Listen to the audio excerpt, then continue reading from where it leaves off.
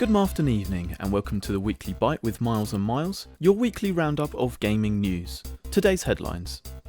Microsoft buys Bethesda and ZeniMax for $7.5 billion. Sony had their PS5 showcase, announcing release dates and prices, and there's a bit of a pre-order scandal too. And of course we've got another Nintendo Direct Mini. This came in the form of another partner showcase. In a monumental acquisition that shakes up the gaming landscape, Microsoft has announced it will acquire ZeniMax Media, the parent company of Bethesda, for $7.5 billion. The list of games franchises now part of the Xbox family makes for astonishing reading. Xbox boss Phil Spencer welcomed the long list of ZeniMax studios and franchises to Microsoft's own family of Xbox game studios in a blog post where he also mentioned briefly the subject of exclusivity. As one of the largest, most critically acclaimed privately held game developers and publishers in the world, Spencer wrote, Bethesda is an incredibly talented group of 2,300 people worldwide who make up some of the most accomplished creative studios in our industry across Bethesda Softworks, Bethesda Game Studios, ID Software, ZeniMax Online Studios, Arcane, Machine Games, Tango Gameworks, AlphaDog, and Roundhouse Studios. These are the teams responsible for the franchises like Elder Scrolls, Fallout, Wolfenstein, Doom, Dishonored, Prey, Quake, Starfield, and many more. Spencer stopped short of saying the future games will be exclusive, but he said he was looking forward to the company's array of upcoming games launching on PC and Xbox consoles. Microsoft has confirmed all new Bethesda and ZeniMax games will join Xbox Game Pass for console and PC. Whether they come to PlayStation 5 or not, the suggestion here is clear. These games will be included at launch on Xbox Game Pass, or will likely be $70 a pop if and when they turn up on PS5. During the week, we saw PlayStation 5 reveal their showcase for a number of new titles and updates on their already announced games.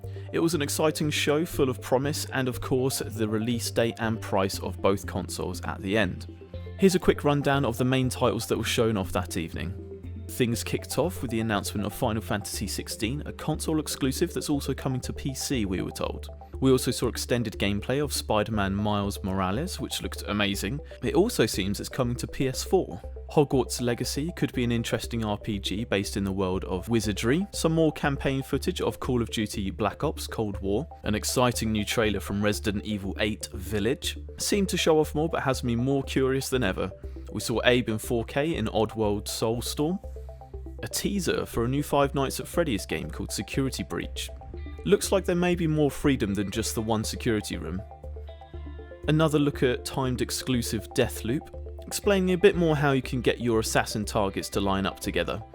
We had a gorgeous looking Demon Souls trailer for the remake. I just hope it really does look that good when we get our hands on it.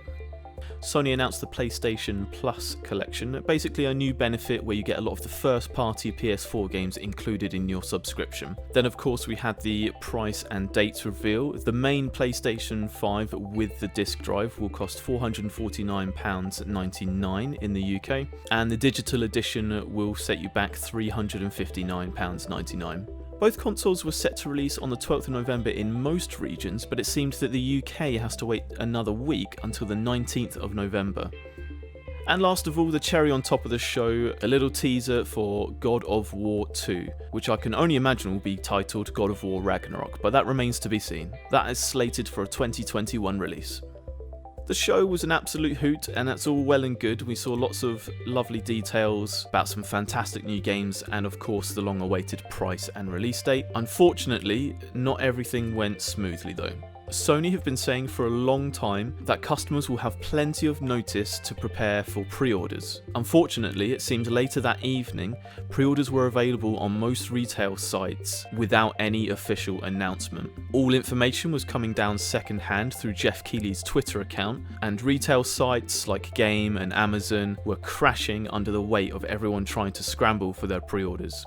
This mad panic continued for the following day, leaving many fans disappointed. Some retailers are even having to decline or return pre-orders. Sony has apologised for the PlayStation 5 pre-order chaos, but they have promised more PlayStation 5 consoles will be available for pre-order over the coming days. Unfortunately, this does mean that scalpers are trying to take advantage of the situation.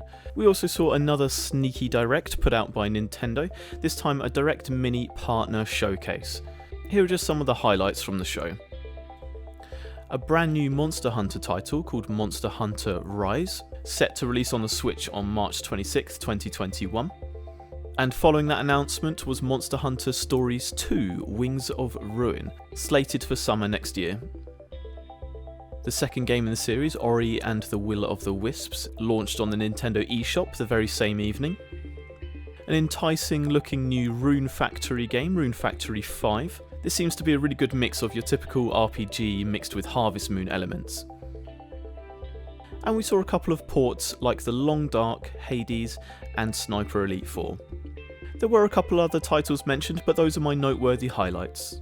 That's all we have time for today. Thank you very much for tuning in to the Weekly Byte. I've been Miles, and a good afternoon evening.